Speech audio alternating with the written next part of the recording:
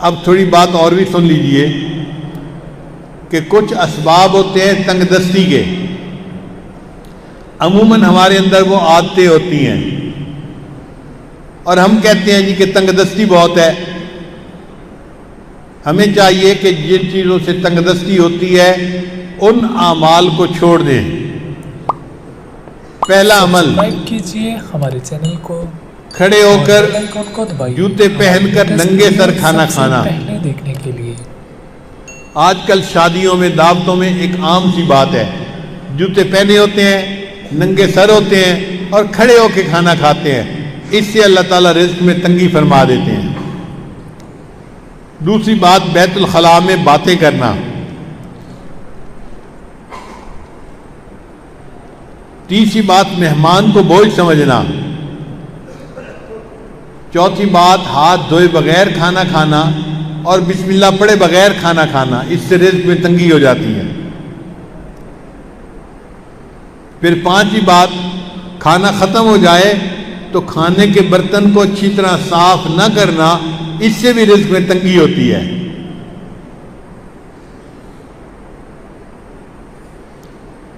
پھر چھٹی بات، مسجد میں دنیا کی باتیں کرنا۔ پھر ساتویں بات، مانگنے والے فقیر کو جھڑکنا۔ بھئی آپ کے پاس کچھ نہیں ہے دینے کے لیے تو محبت سے اس کو کہہ دے کہ بھائی آگے چلے جاؤ، جھڑکی نہ دیں۔ کئی لوگ اس فقیر غریب سمجھتے ہوئے اس کو جھڑکنا شروع کر دیتے ہیں، تجھے کہا نہیں، تو نے سنا نہیں، جاتا کیوں نہیں؟ تو فقیر کو جھڑکنے سے خود بندہ رزق کی تنگی میں مبتلا ہو جاتا ہے۔ پھر ساتواں عمل، مغرب کے بعد بلا عذر کے سو جانا۔ عشاء کے بعد سونا چاہیے۔ مغرب کے بعد اگر بیماری ہے یا عذر ہے تو اور بات ہے، پھر اجازت ہے۔ اگر عذر نہیں تو مغرب کے بعد سونے کی عادت ہی بنانی چاہیے۔ پھر 10واں عمل جس سے رزق تنگ ہو جاتا ہے، بغیر عذر کے نماز قضا کر دینا۔ فجر نہیں پڑھتے، ظہر نہیں پڑھتے، عصر نہیں پڑھتے، مغرب نہیں پڑھتے، باتوں میں لگے رہے، نماز قضا ہو گئی۔ پھر 11واں عمل جس سے رزق میں تنگی آتی ہے، جھوٹ بولنا۔ اور آج کل تو جھوٹ بولنے کی ابتدا ماں باپ بچے سے ہی کر دیتے ہیں۔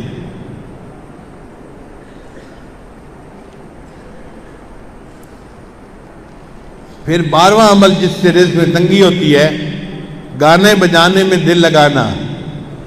گانے پسند ہوتے ہیں تو آپ دیکھیں گاڑیوں میں ہر وقت ٹوں ٹوں ہوتی رہتی ہے، گانے لگے ہوئے ہوتے ہیں، میوزک لگی ہوتی ہے۔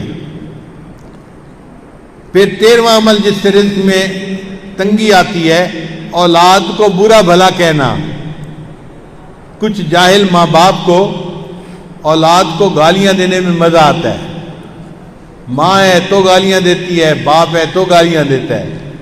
اولاد کو گالیاں دینے سے اللہ تعالیٰ بندے کو رزق کی تنگی میں مبتلا کر دیتے ہیں۔ اس لیے غصے میں بھی اولاد کو دعا دینی چاہیے۔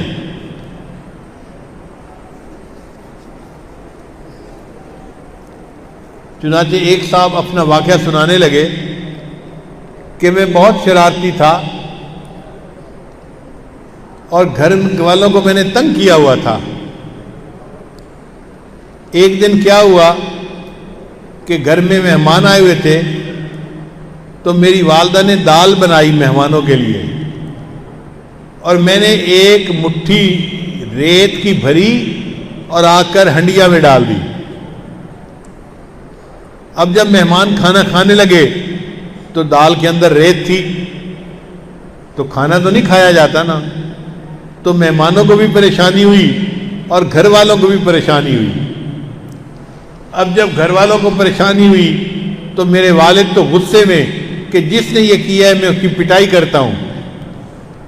کہنے لگے کہ میری والدہ کو پتہ چلا تو میری والدہ نے پتہ کیا کہ یہ کام کیا کس نے ہے، تو ماں کو بچوں کا پتہ ہوتا ہے، اس نے کہا کہ فلاں نے کیا ہوگا۔ مجھے پکڑ کے لایا گیا اور مجھے پوچھا گیا کہ کیا تم نے یہ حرکت کی، سالن کے اندر تم نے ریت ڈالی، تو امی کے سامنے میں نے اقرار کر لیا، ہاں امی یہ شرارت میں نے کی تھی۔ کہنے لگے کہ یہ شرارت کا جب میں نے اقرار کیا تو غصے میں میری ماں نے مجھے کہا، اچھا تو نے مہمانوں کو تکلیف پہنچائی اور سالن کے اندر تو نے ریت ڈالی، اللہ تعالیٰ تجھے حرم کا امام بنا دے۔ تو وہ کہتے ہیں کہ اللہ نے میری ماں کی دعا کو قبول کر لیا اور آج اللہ نے مجھے دونوں حرم کا امام بنا دیا۔ یہ واقعہ کس کا تھا؟ قاری سدیس کا تھا جو حرم کے امام ہیں۔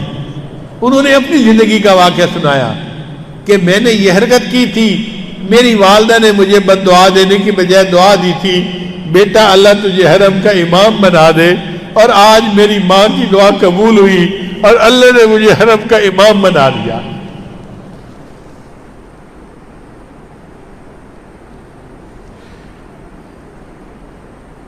پھر 14واں عمل، قرآن پاک کو بے وضو ہاتھ لگانا۔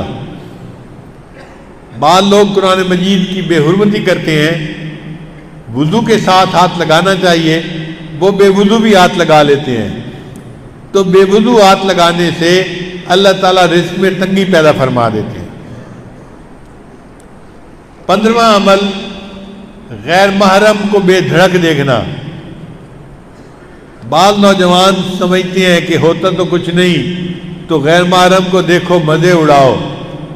تو غیر محرم کو دیکھنے سے اللہ تعالیٰ بندے کو رزق کی تنگی میں مبتلا فرما دیتے ہیں۔ اور 16واں عمل جس سے کہ اللہ تعالیٰ رزق کو تنگ کر دیتے ہیں، اپنے اہل خانہ کے ساتھ ہر وقت لڑتے رہنا۔ یہ گناہ آج کے دور میں عام ہو گیا ہے۔ جس گھر میں دیکھو خامد بیوی پہ برس رہا ہے اور بیوی بھی چپ نہیں کرتی، آگے سے کوئی نہ کوئی جواب دیتی رہتی ہے، اس نوک جھونک کے بدلے اللہ تعالیٰ رزق کی تنگی میں مبتلا کر دیتے ہیں۔